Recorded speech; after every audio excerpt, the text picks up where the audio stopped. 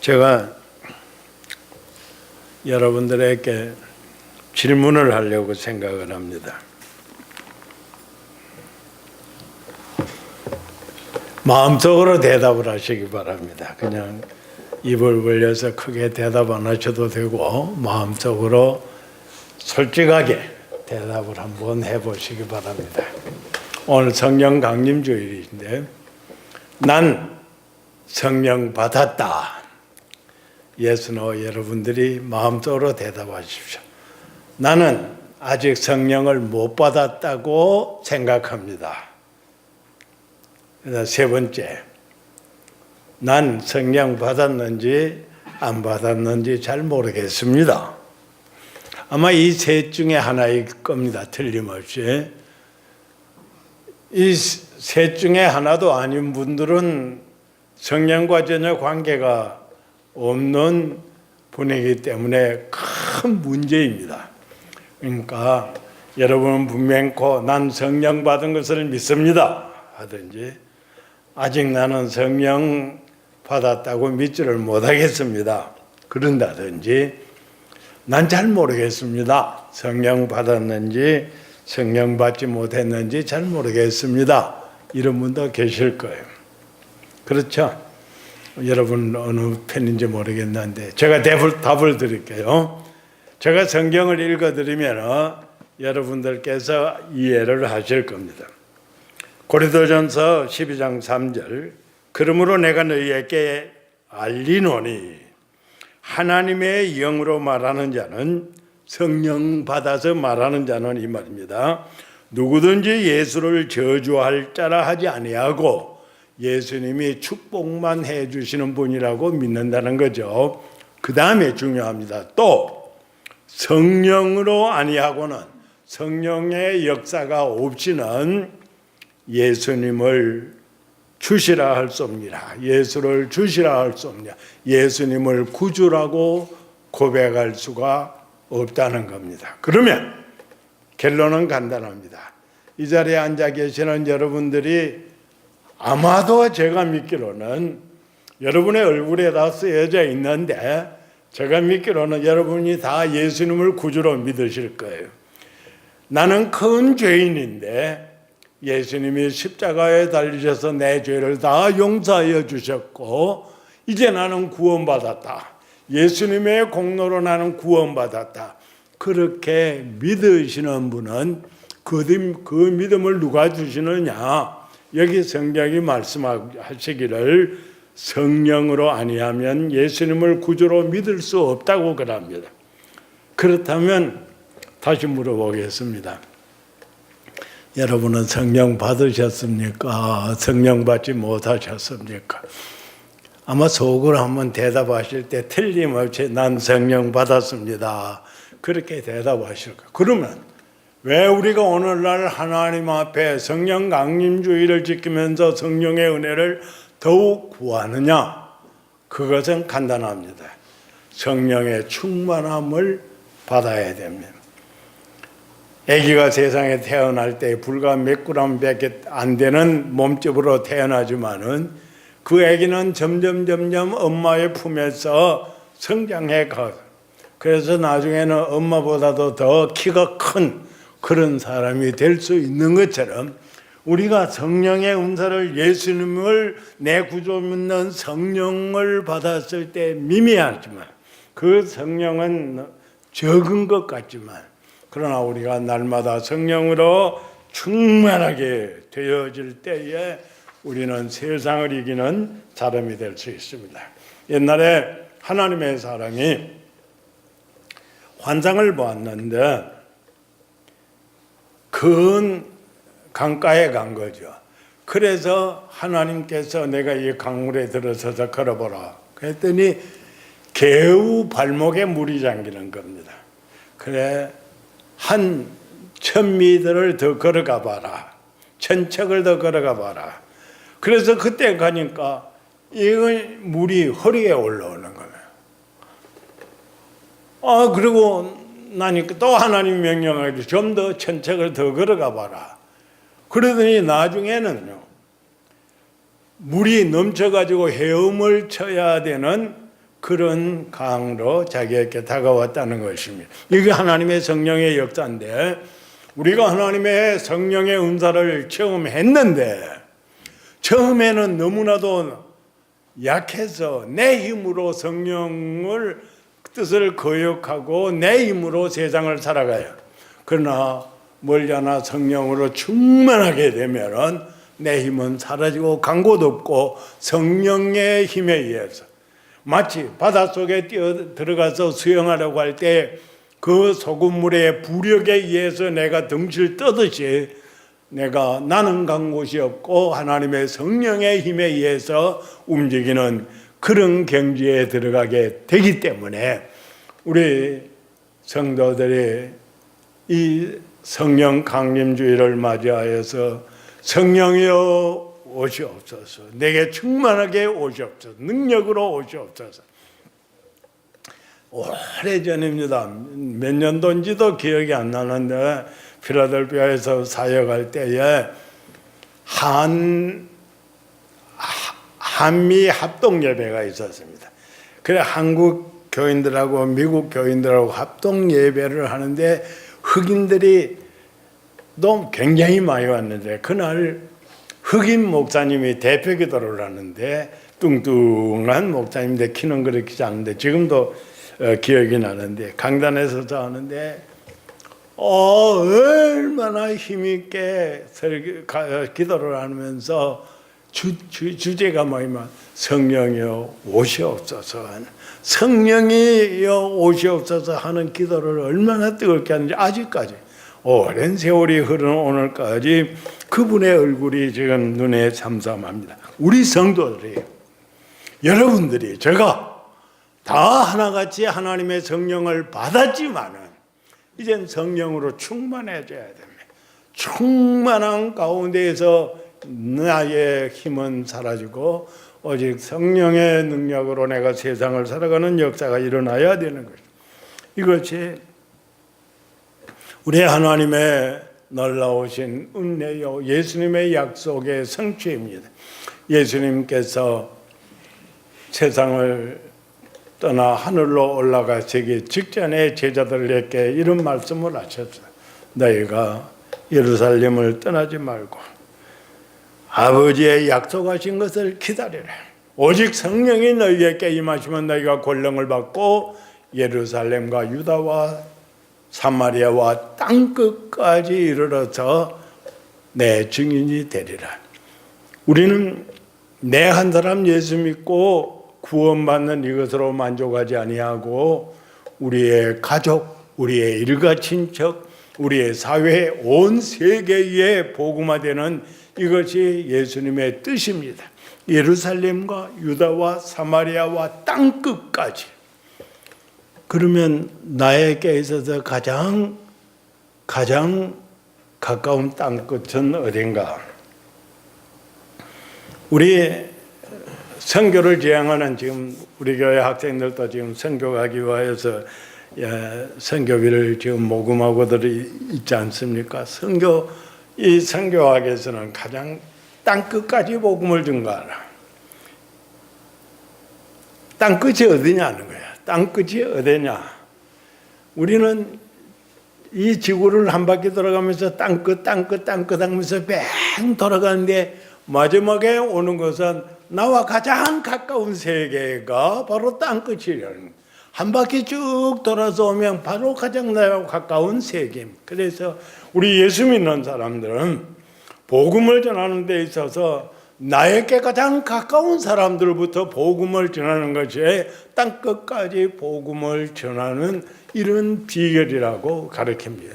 우리가 멀리 가서 이방 사람 구원하지 못해도 내 집 근처 다니면서 건질 죄인 많다고 찬송을 하는 것처럼 우리는 우리의 주변에 내 성도가, 내 이웃이 한 사람이라도 나로 말미암아 상처받아서 그리스도의 사랑에서 끊어지는 사람이 생겨질까 두려워하는 것이 우리들의 신앙생활에 있어 첫째가 되어야 된다는 것입니다.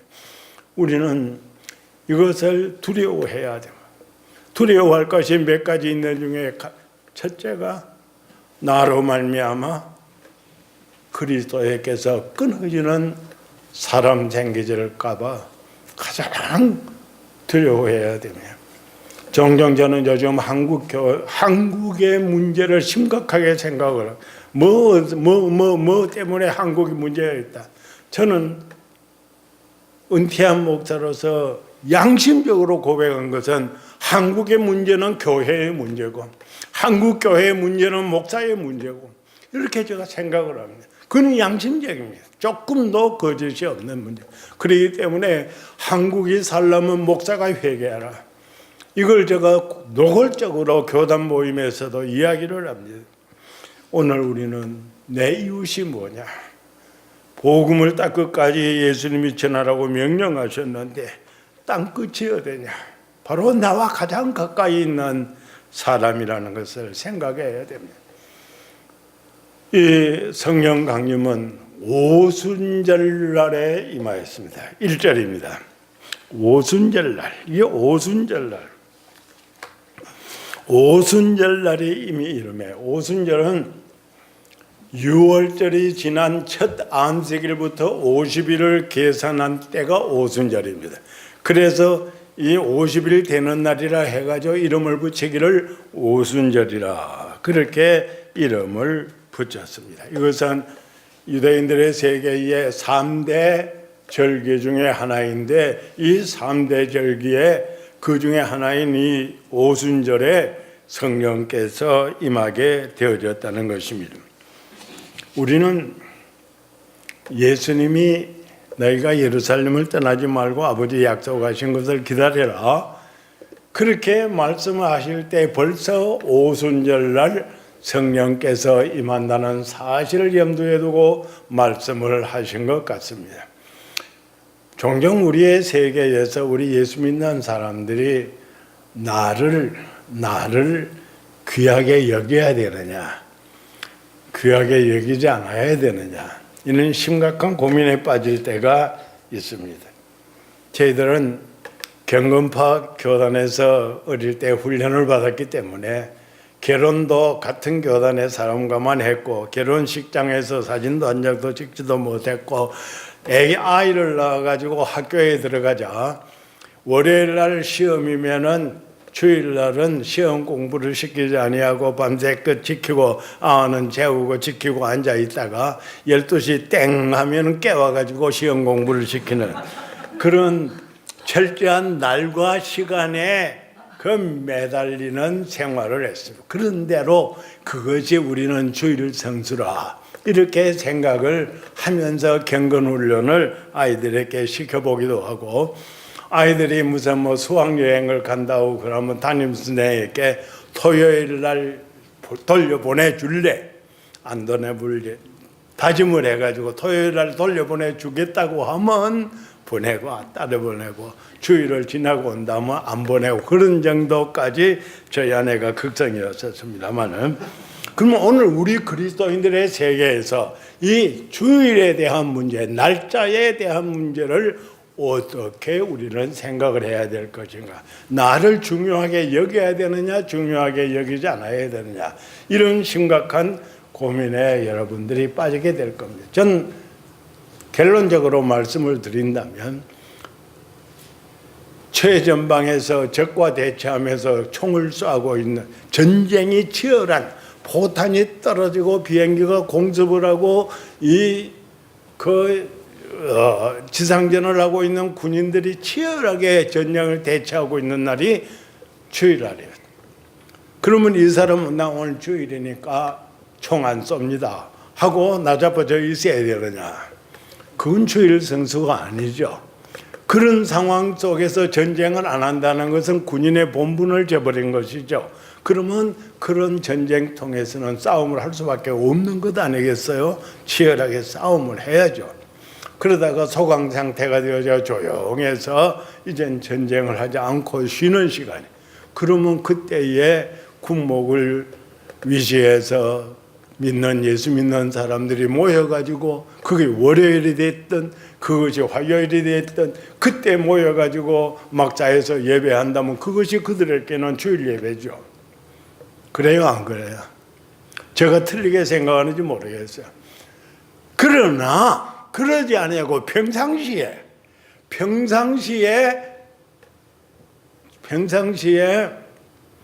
한국에 사업차 나가는 사람이 딱 맞춘 것이 토요일 날 저녁 11시 55분에 뉴욕 공항에서 떠나는 비행기를 탑니다. 그렇게 하고 한국에 도착하면 월요일 날 새벽이 됩니다. 그러면 그날 월요일 날 이제 사업을 시작을 막 뛰어다니면서 볼일을 보죠. 그러면 이 사람은 나는 주일날 범하지 않았다. 비행기 속에 있었다. 그게 말이 되느냐는 것이죠. 왜 그렇게 계산을 해야 되느냐는 거예요. 그것은 아무리 비행기 속에서 장사를 하지 않았다 하더라도 그 사람에게 있어서 이미 하나님 앞에서 주의를 범한 것이 될 수 있다는 겁니다. 그러면 우리는 이 날짜에 대해서 하나님이 기뻐하시는 시간이 무엇이냐? 하나님께서 내게 요구하시는 예배의 시간이 무엇이냐? 하나님 앞에 찬양하고 경배해야 되는 시간이 무엇이냐? 하나님께서 이 주일날 고요한 시간을 주셨으면 이 시간에 하나님 앞에 모여 예배하는 것이 최선입니다.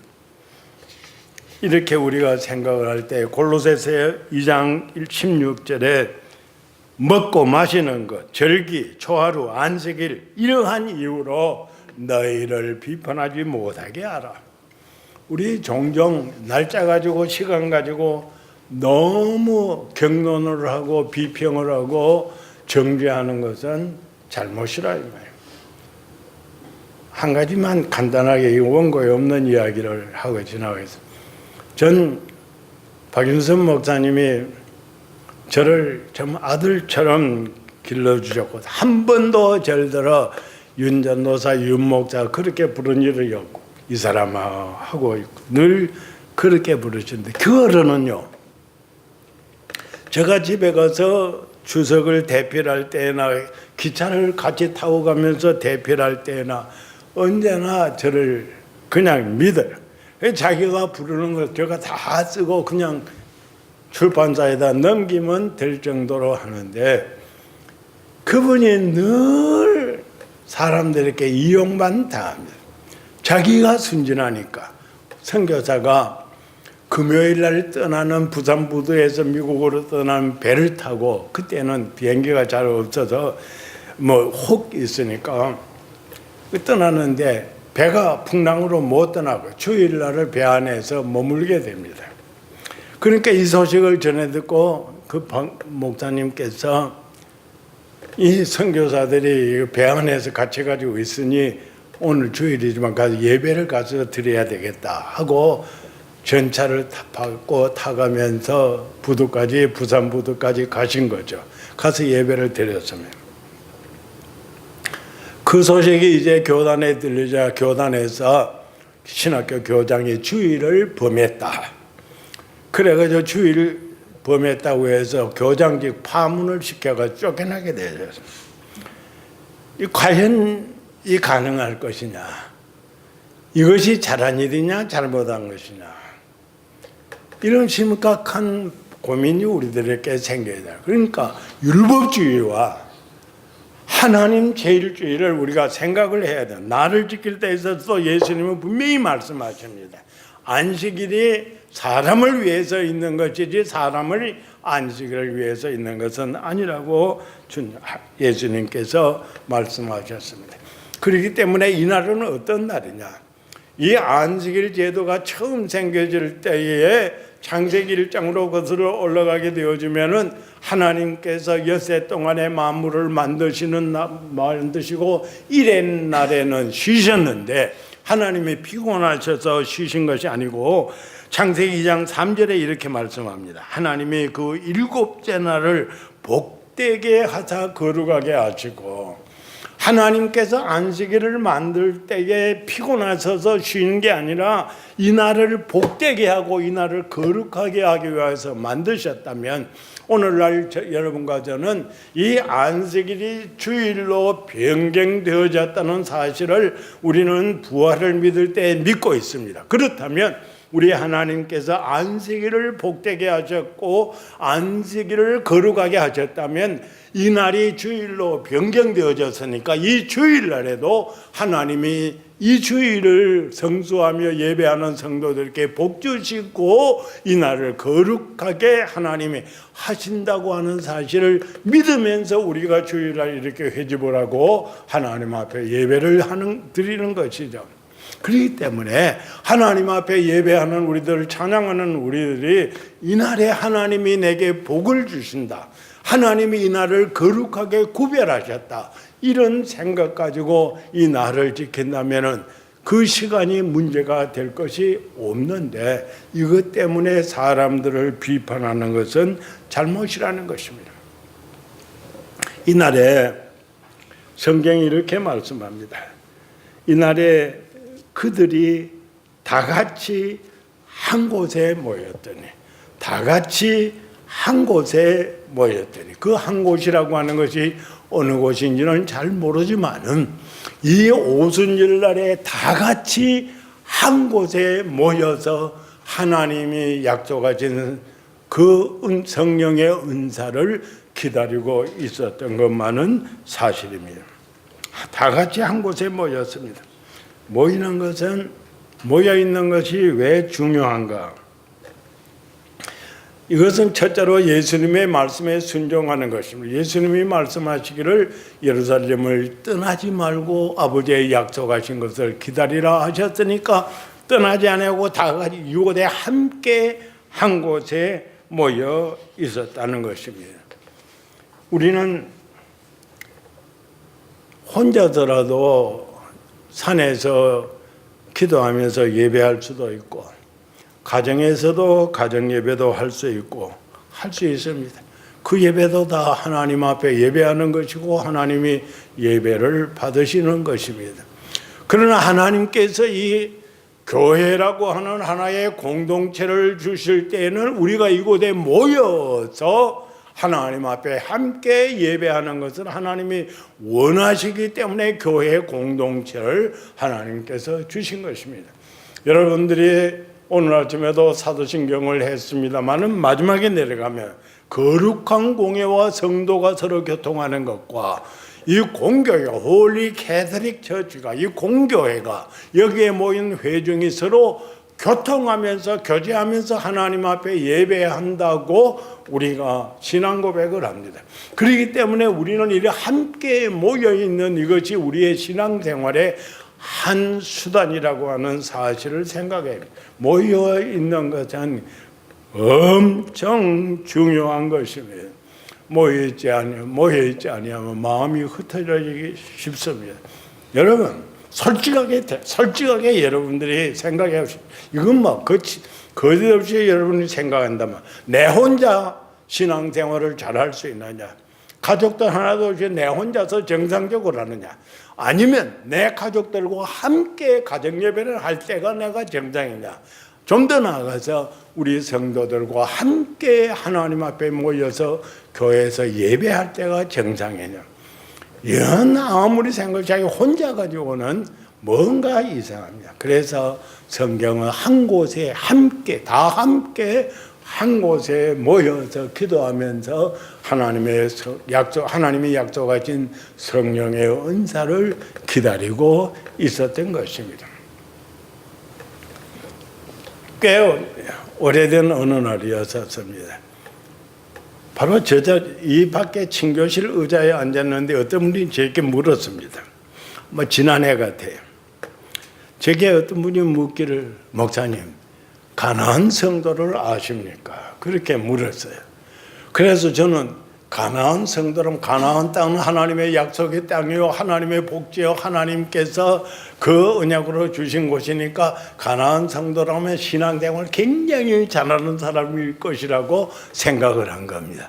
그래서 그렇게 대답을 했더니 아니라는 거죠. 가나안을 거꾸로 읽으면 안 나가가 된다는 거죠. 그러니까 교회 안 나가는 교인들, 그런 사람들이 가나안 교인. 지금 자그마치 한국에는 가나안 성도가 100만이 넘었다고 하는 이런 웃지 못할 이런 뉴스가 들려오고 있습니다. 가난한 성도가 될 수 있는 기회는 여러분이나 저에게나 얼마든지 있을 수가 있습니다. 뭐 이것은 틀림없는 고백입니다. 신경과 의사들 가운데서 그런 이야기들을 합니다. 대인기피증, 사람을 피하고 싶은, 사람과 만나기 싫은 그런 병이 있다는 거예요. 이것도 일종의 정신병이라는 거예요. 그래서 그 정신병이 짙어지게 되어지면 우울증이 되고, 우울증이 너무 심하면 한강에서 뛰어내릴 수도 있는 가능성이 있는 거라는 거죠. 그러니까 이 대인기피증이라고 하는 것은 굉장히 무서운 거죠. 왜 대인기피증이 생기느냐? 뭐 여러 가지 이유들이 많이 있지만 누구에게서 억울한 일을 당했을 때 사람 보기가 싫어지는 거죠. 그래서 사람 만나기도 싫어져. 때로는 문을 꼭 닫고 방 안에 혼자 외톨이로 틀어앉아 있는 그런 경우도 없지 않는 것입니다. 저는 생각을 해봤습니다. 이 가난한 성도도 일종의 대인기피증이 아니겠느냐. 교회 누구에게 받은 상처로 아픔이 있거나 믿었던 누군가에게 배신을 당했거나 사람들 앞에서 비난을 받아서 창피함을 경험했거나 특히 교역자나 교회 장로나 권사나 중직자들에게서 그 생각도 못한 이러한 엉뚱한 말을 들었을 때 그들이 밉고 싫어서 가까이 하기가 싫어지는, 그래 교회를 떠나고 싶은 심각한 충동의 병을 앓다가 결국은 가난한 성도가 될 수가 있다고 하는, 그래 교인들 가운데서 이 대인기피증이 심심찮게 생겨나게 되는 모습을 생각합니다.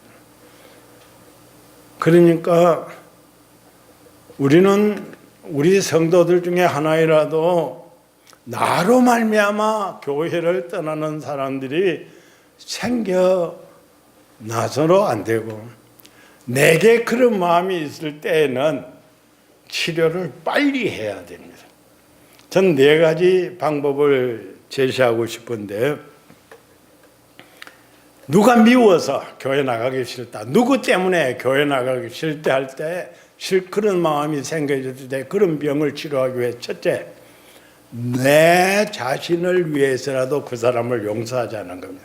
도무지 용서하기 싫을 만한 뭐가 있는데도 불구하고, 그러나 용서하지 않고 있으면 내가 가난한 성도가 되고 내가 하나님 앞에 은혜를 못 받게 되니까 나를 위해서 용서하자. 저 사람을 위해서 용서하는 게 아니라 나를 위해서 용서할 수 없는 사람을 용서하자는 거예요. 그러고 난 다음에는 두 번째로는 내 자신을 용서하자는 것입니다. 우리에게는 분명 꼭 과거가 있습니다. 우리에게는 분명 꼭 우리가 털어보면은 내가 하나님 앞에서, 성도들 앞에서, 가족 앞에서 내가 뭔가 잘못한 배신의 죄들이 내게 있을 수 있습니다. 그것 때문에 늘 가슴앓이라고 고통을 당하고 괴로워합니다. 그런 내 자신을 용서해야 돼요. 왜?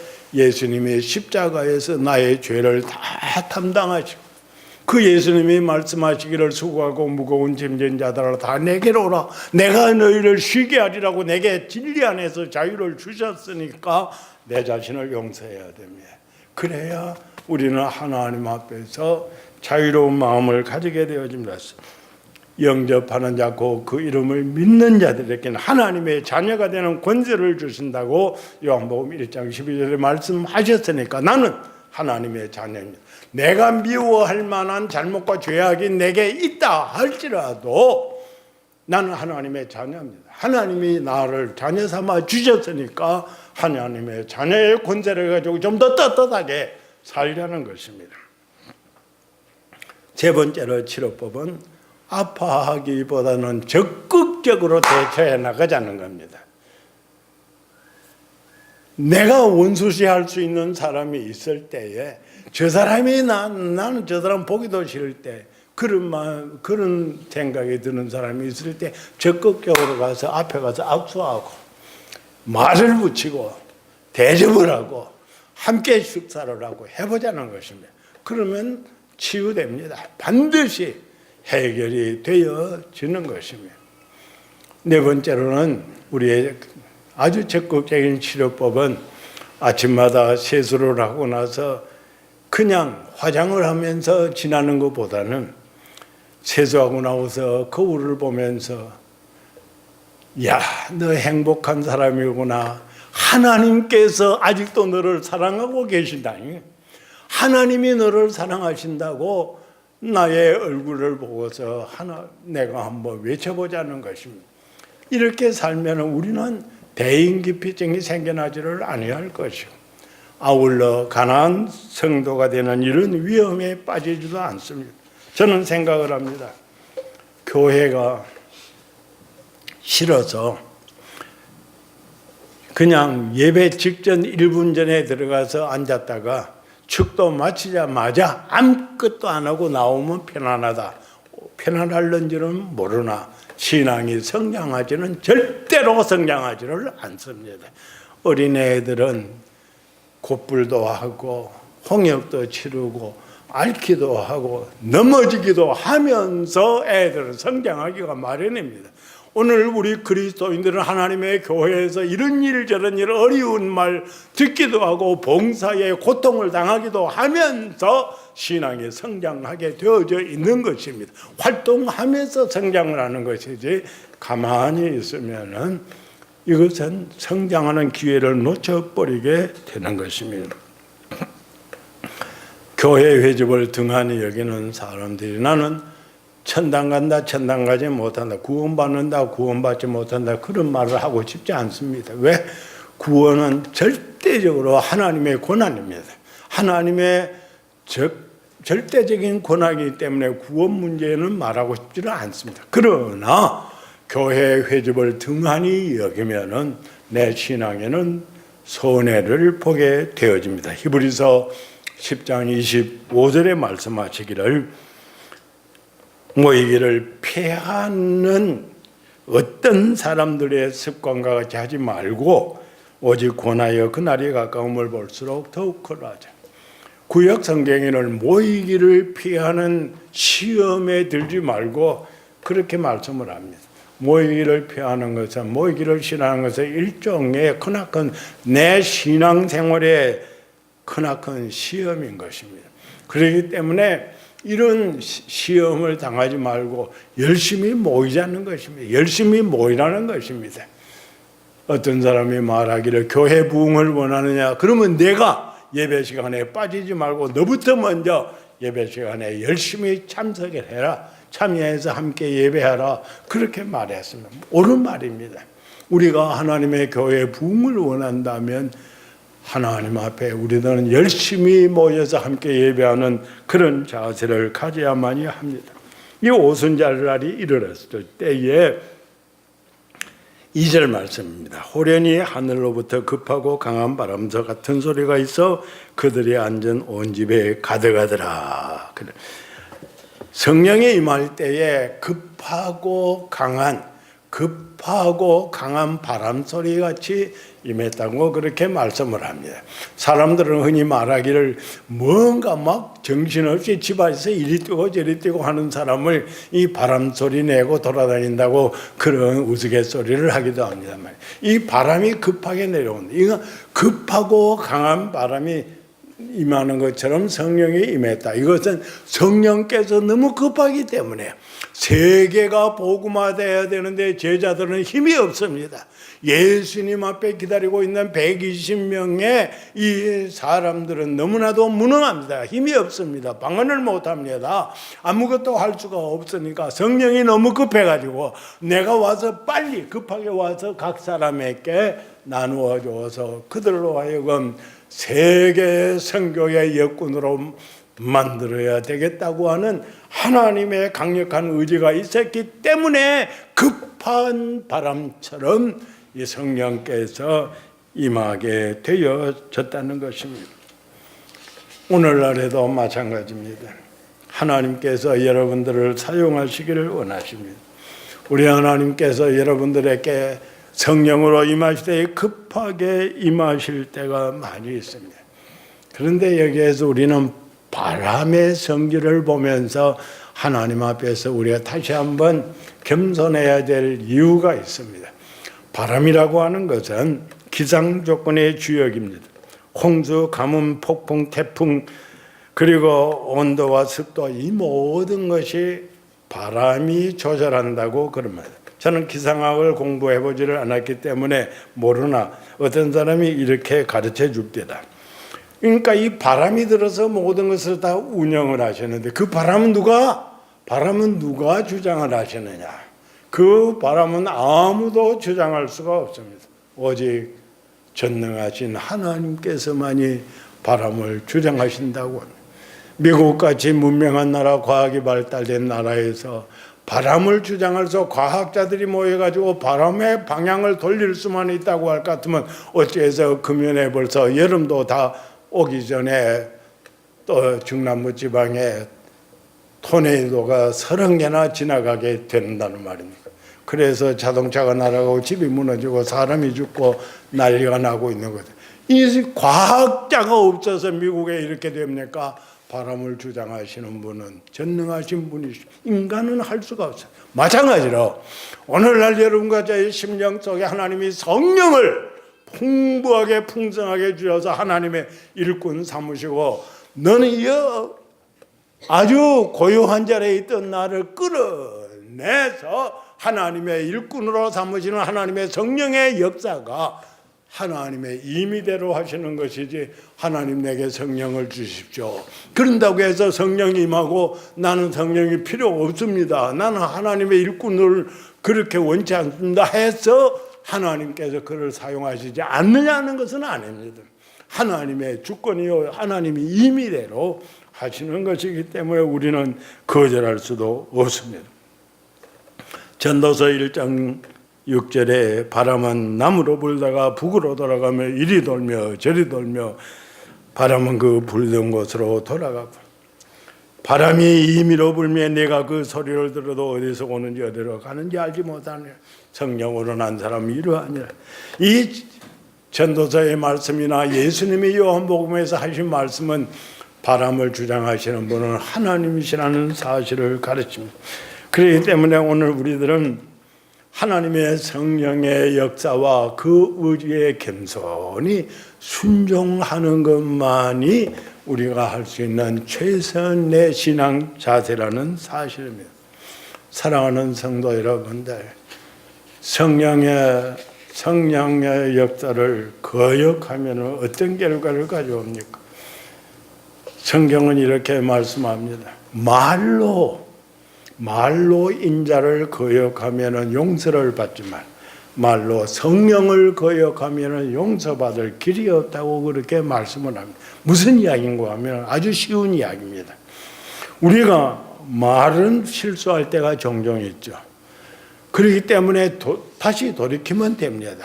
내가 실수했다고, 실언했다고, 잘못 말했다고 돌이키면 되지만 말로 성령을 거역하면 용서를 못 받다. 무슨 이야기인가 하면 하나님의 성령이 오셔서 내 심장에 향하여서 두들겨 말씀하시기를 너가 이러이러한 죄를 지었지 않느냐 회개하라.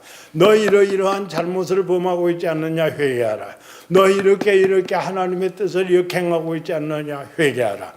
하나님의 성령께서 오셔서 내 심장을 향하여서 이렇게 회개를 촉구하는데 그것을 거절하면 용서받을 길이 없다는 거죠.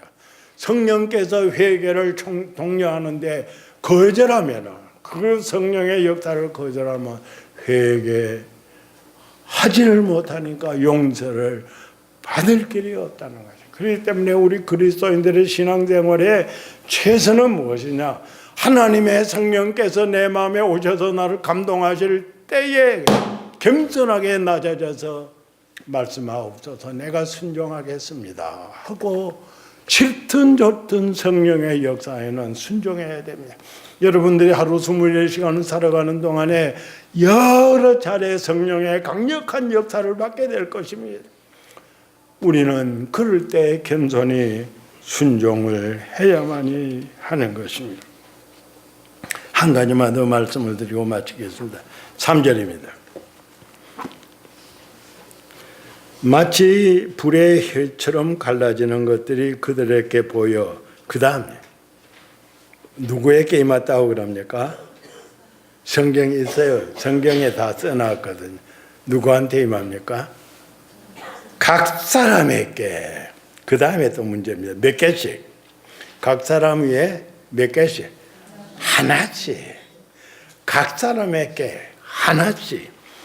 그렇기 때문에 여러분들이 불평을 할 수가 없는 사실은 이것입니다. 하나님께서는 성령의 은사를 주시는데 이 자리에 앉아 계시는 여러분 각 사람에게 성령의 은사를 공평하신 하나님께서 하나씩 다 주셨다는 거예요. 그렇기 때문에 하나님 앞에서 우리가 핑계할 수가 없습니다. 전혀 그런 핑계하고 피할 방법이 없는 것이에요. 하나님께서는 모여있는 사람 각 사람에게 성령을 하나씩 다 골고루 하나님께서 나누어 주셨던 것입니다. 고린도전서 12장에 길게 성령에 대하여서 강론하고 있는데 거기에 성령의 은사는 다르지만은 여러 가지이지만은 그러나 오직 한 성령이 모든 사람에게 은사를 골고루 나누어 주신다고 말씀하고 있습니다. 그렇기 때문에 우리가 성령의 은사를 받지 못했다고 불평할 것도 아니고 또 우리는 하나님 앞에서 하나님의 불공평하다고 그렇게 푸념을 할 것도 못 되는 것은 이미 하나님께서 우리에게 성령의 은사를 충분하게 주셨기 때문입니다. 성령의 역사. 우리 교회는 성령의 역사로 하나 되고 우리 교회는 성령의 역사로 능력 있게 되고 강하게 되고 힘있게 되어져야만이 하는 이유가 있습니다. 여기 성령께서 우리의 이 모든 제자들에게 임할 때에 불같이 임했다고 그럽니다. 불이라고 하는 이것은 무엇입니까? 우리는 여러분들은 그때 부산에서 살았던 분이 계시는지 모르지만 6.25 사변 이후에 영주동에는 판자촌이 꽉 피난민들 그래 한 판자촌이 많이 있었습니다. 제가 미국에 처음 78년도에 와가지고 워싱턴 바이블 카리지라고 하는 학교에 가서 교장선생님하고 만나가지고 우리 학생 때문에 이야기를 하는데 그 사람이 날들어 부산서 왔다니까 학고방이 있냐고 묻더라고요. 무슨 말인지 미국 사람의 말을 하니까 도무지 무슨 말인지 못 알아요. 그래서 찬찬히 들어보니까 아직도 학고방이 있냐 그 말이더라고요. 이 사람이 6.25 때 한국전에 참전을 했었는데 영주동에 그냥 학고방이 얼마나 많았는지 말할 수 없다. 그런데 어느 날 불이 났습니다. 학고방에 하나가 불이 나니까 그만 얇은 판자나 마분지로 만들어 놓은 동네가 막 삽시간에 싹 타버렸죠. 그래가지고 전부 잿더미로 집이 어디가 있는지 길이 어디인지 아무것도 모를 정도로 다 타서 하나로 잿더미 하나로만이 변해버리고 말았어. 판자로 지었던 뭐 종이로 지었던 마분지로 지었던 뭐가 되었든지 다 타가지고 흔적도 없어. 불이라고 하는 건 뭐냐? 불의 역사는 뭐냐? 하나 되게 하는 겁니다. 성령 받으면은 너와 내가 없고 하나가 되어지는 것입니다. 하나님께서 우리 교회를 하나 되게 원하십니다. 성령 받으면 능력이 있습니다. 모든 것은 불의 힘으로 움직이게 되어지게 되어 있습니다. 기계도 불의 힘이고 생물이 성장하는 것도 불의 힘으로 모든 것이 불의 힘으로 움직이게 되어지는 것입니다. 이 성령이 오늘 우리들에게 임할 때 우리는 하나님의 일꾼으로서의 자격을 갖추어가고 일어날 수 있기 때문에 성령을 구하는 것입니다. 그런데 하나님은 약속을 하셨습니다. 스가랴 4장 6절 7절에 스부르바벨에게 하나님이 말씀을 하시기를 힘으로 되지 않는다, 능력으로 되지 아니한다, 오직 나의 영으로 성령으로 된다고 말씀하셨습니다. 인간의 힘으로 된다고 하면 하나님의 교회는 지식 많은 사람이, 세상에 권력 많은 사람이, 돈 많은 사람이, 무슨 수완 좋은 사람들 하나님의 교회를 잘 할 것 같지만 아니에요.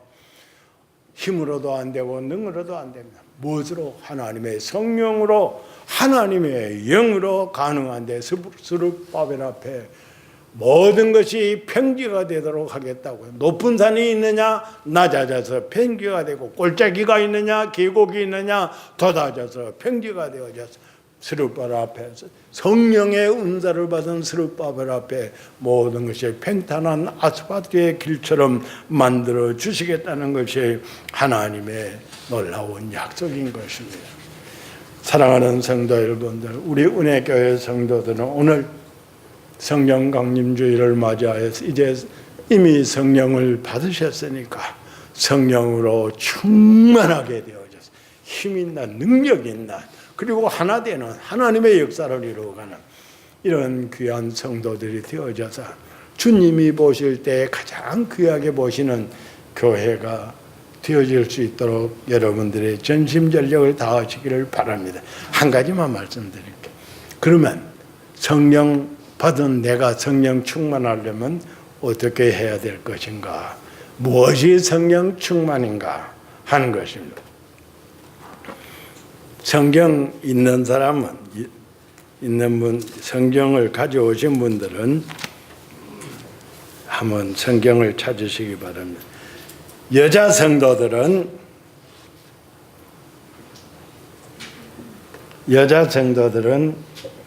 에베소서 5장 18절서 22절까지 찾으시고, 남자 성도들은 골로새서 3장 16절서 18절까지 우리가 본문을 읽으면 성령 충만이 뭐냐 하는 것을 알게 됩니다. 먼저 우리 여자 성도들께서 에베소서 5장 18절서 22절까지를 한번 크게 한번 읽어주시기 바랍니다. 시작.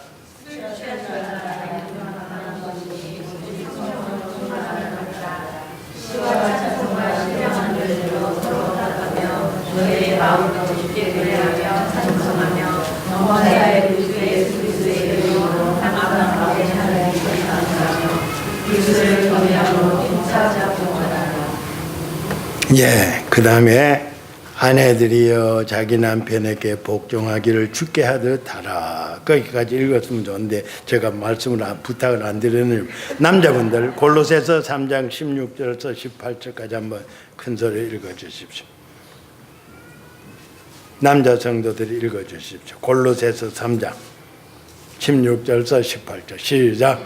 그리스도의 말씀이 너희 속에 풍성히 거하여 모든 지혜로 차가하시며 명랑하고 시와 찬송과 신령한 노래를 부르며 감사하는 마음으로 하나님을 찬양하고 또 무엇을 하든지 나라나 이래나 다 주님 주의 구하고 그를 믿고 하나님을 함께 감사하라.